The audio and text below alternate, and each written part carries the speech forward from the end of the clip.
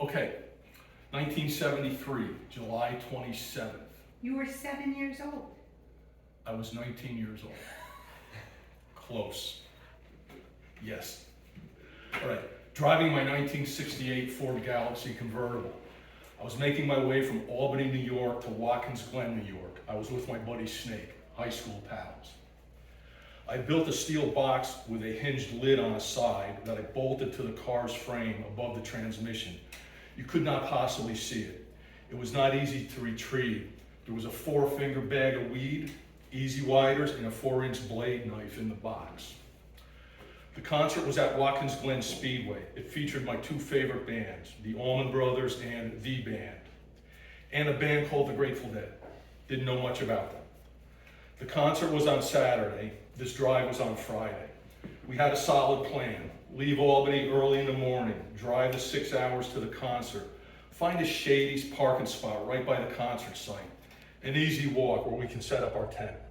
Party and hang out Friday night, play around all morning Saturday, then get to the concert grounds. Easy peasy. We even had our $10 tickets. Oh, and some LSD paper dots, and now the 3-finger bag of pot. Remnants of a joint rolling session remained on the flying disc that is now on the floor between Snake's feet. I did not have a fancy car stereo during this time, AM radio only, and one tiny lame speaker in the dashboard. So although I could hear the music, I couldn't really hear the music. Starting my love of music at 13 years old, and until this trip, I was only hearing the vague, staticky quality available on AM radio. I was always drawn to the drums. Somewhere in the mix, I was hearing something that I thought were drums because I did not know any better at the time. Anyway, Snake and I were cruising through Watkins Glen, south on Route 14, not too far from our destination. After gassing the car and stashing the weed under the truck, we were back on the road, eating peanut butter sandwiches and drinking cans of ice-cold soda. Fuck! Traffic is really slow, even stopping now and then. Dead stop. I took out a small engineer's ruler from the door side pocket. By the scale, I figured we were at least 2 miles from the racetrack's northern gate.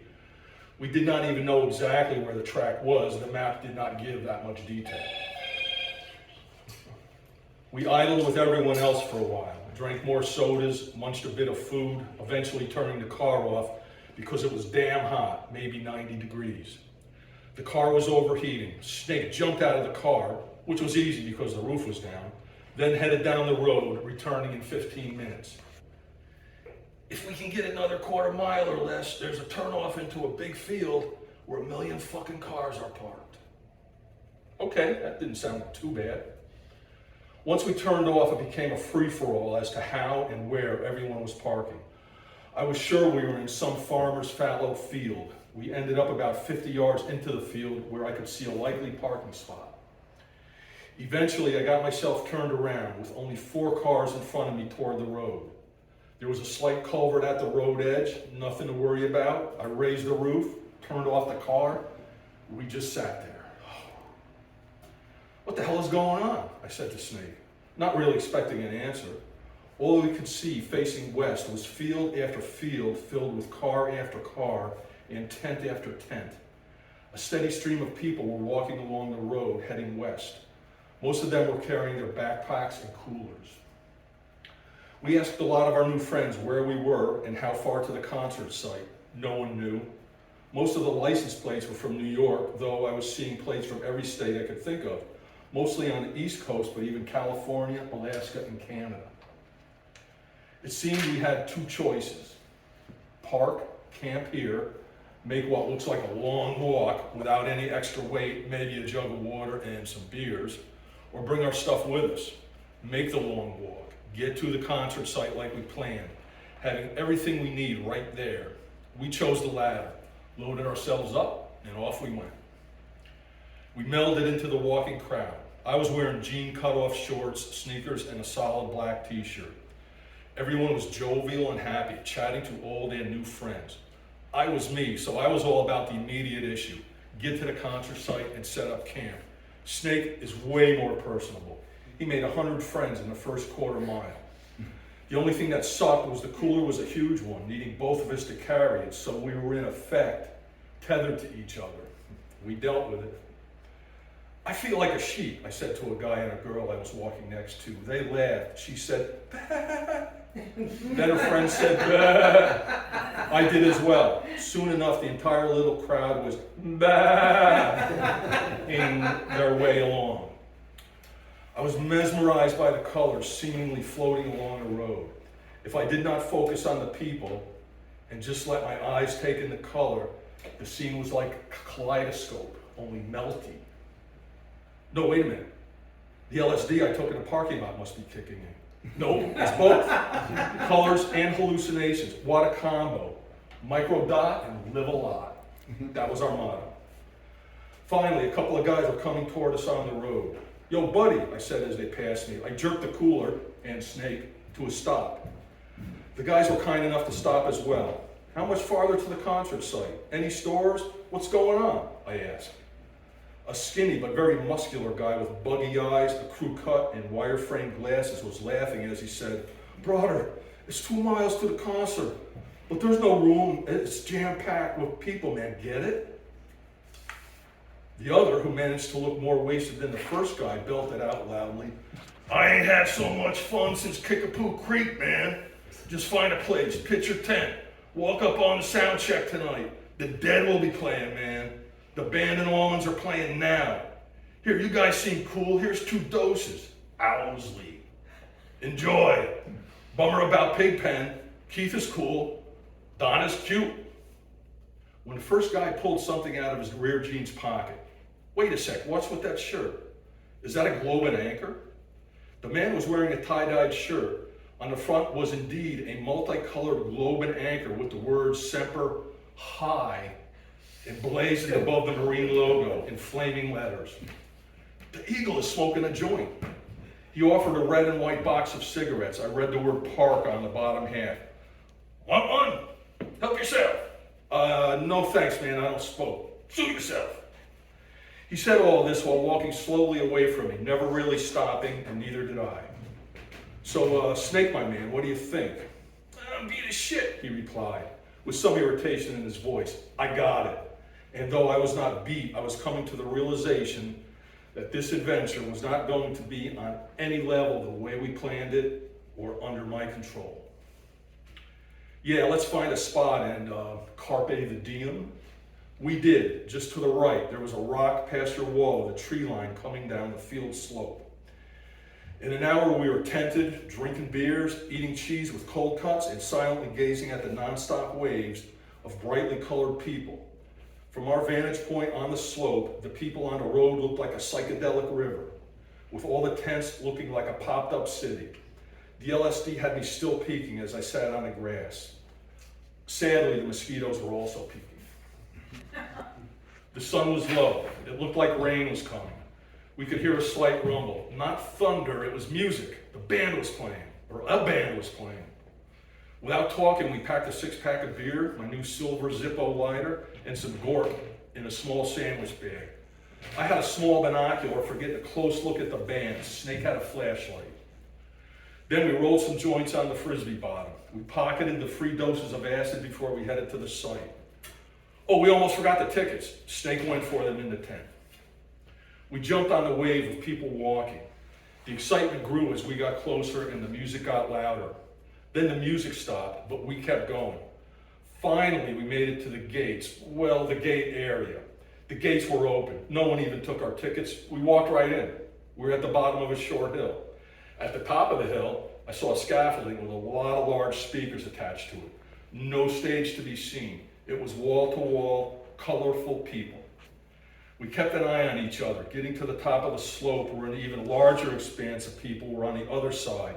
And there, across the track, was the stage. My binoculars came in handy, barely. They were not powerful enough for that vast distance, possibly a half a mile. The stage floor was about 10 feet above the ground, protected by a chain link fence that was about 5 feet high. The center section of the stage, where the musicians played, jutted out into the crowd about 20 feet. Covering the stage was a fabric canopy, wide stripes, yellow and green. This seemed like a good enough spot to hang out. It was getting darker. Soon enough, the crowd erupted in a frenzy as musicians took the stage. I could not make out details, but I could see 6 people milling about, including a woman in a typically long hippie dress. A grand piano on the right, a drum kit in the middle, a lot of speakers. It took a while, but soon enough the music started. The speakers on the hill above us were perfect. The sound was clear. The speakers on the stage could not be heard, but wow, there were a lot of speakers behind each person on the stage. I later learned that this was part of an ongoing project called the Wall of Sound, something invented by the Grateful Dead. As birdsong started, I was mesmerized, not so much by the song, but because of the less busy music involved. I was able to hear the drums, of course, and keyed in on them because I play drums, right? But in the background was a constant low rumble that really struck at my heart. I scanned the stage. Okay, there's Jerry, who I knew. There's a little guy, Bob, with another electric guitar. There's a woman, that's the drummer. And what is that tall guy doing with the big guitar? Then it all clicked. That was the sound I had been hearing in the background of my AM radio all this time, thinking it was drums. What I was really hearing was the sound of that instrument. Snake, see that tall guy with the big guitar? What is that? Snake snorked as he laughed at me. That's the bass guitar, Phil Lesh. Can't you see it only has 4 tuning keys? I focused. Yes, 4 pegs on the headstock, mind blown. I became a bass player at that moment. At some point the rain started. Right away it was a monsoon. No one moved. We stood or occasionally sat on the now wet grass and mud. We stayed into the night, hearing the entire 2-hour sound check. That night opened my eyes to a whole new world. The Grateful Dead, after playing about 10 songs, blew me completely away. I vowed to somehow see them again. Eventually the music stopped. We made our way out, late in the night, dog-tired, looking forward to some sleep. With our one flashlight, we eventually found the road we had walked to the concert site on. It was a difficult time finding our tent again, finding it only because the larch trees, though they looked like giant green pine trees, had some yellow needles that reflected in the dim flashlight light. The next day was more of the same. We left the tent around noon, walked for what seemed like forever, getting to the top of the hill, wedging ourselves between others. We did not bring the cooler, but we hand carried what was left of the orange juice, a few 6-packs and a gallon of water. The rest of the gourd and all of the fruit, basically all the food we had left after cold cut sandwiches for breakfast. The things we saw that day. Well, beside LSD and pot-enhanced music by all 3 bands, the Allman Brothers keyboard looked like it caught on fire. Naked men and women everywhere. I had never seen that.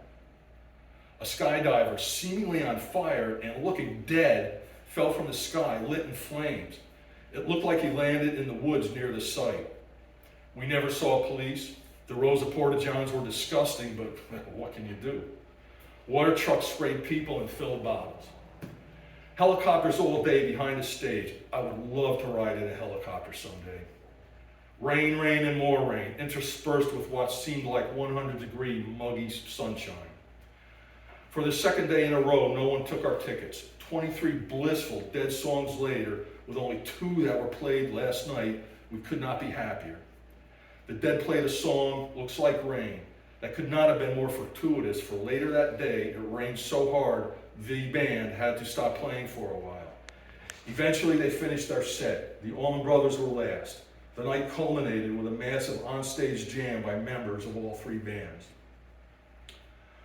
I really dug this band called the Grateful Dead. I did not even know why. I could not hear all the words being sung, nor in fact a lot of the actual music being played. The overall sense and feeling I got was one of mellowness, a groove underlying every song, a groove that guided the day and the good feelings, a groove that would be with me for the rest of my life. Late Sunday morning, we woke to our tent having crashed down on us. We had not even felt it. The tent was drenched. The blue tarp ground cloth was drenched. We were drenched, out of all drinks and food. We packed the tent, made our way back to the car where we sat hungrily in wet clothes, for another massive traffic jam for hours trying to get out of town, which of course we eventually did. Thankfully, we had gotten gas just before we arrived on Friday. Otherwise, the car would have run dry in a traffic jam. Who needs that? None of this bothered me in the least. I can always get dry. I can always eat. Thank you. So what do you think of the Grateful Dead now? They're still there.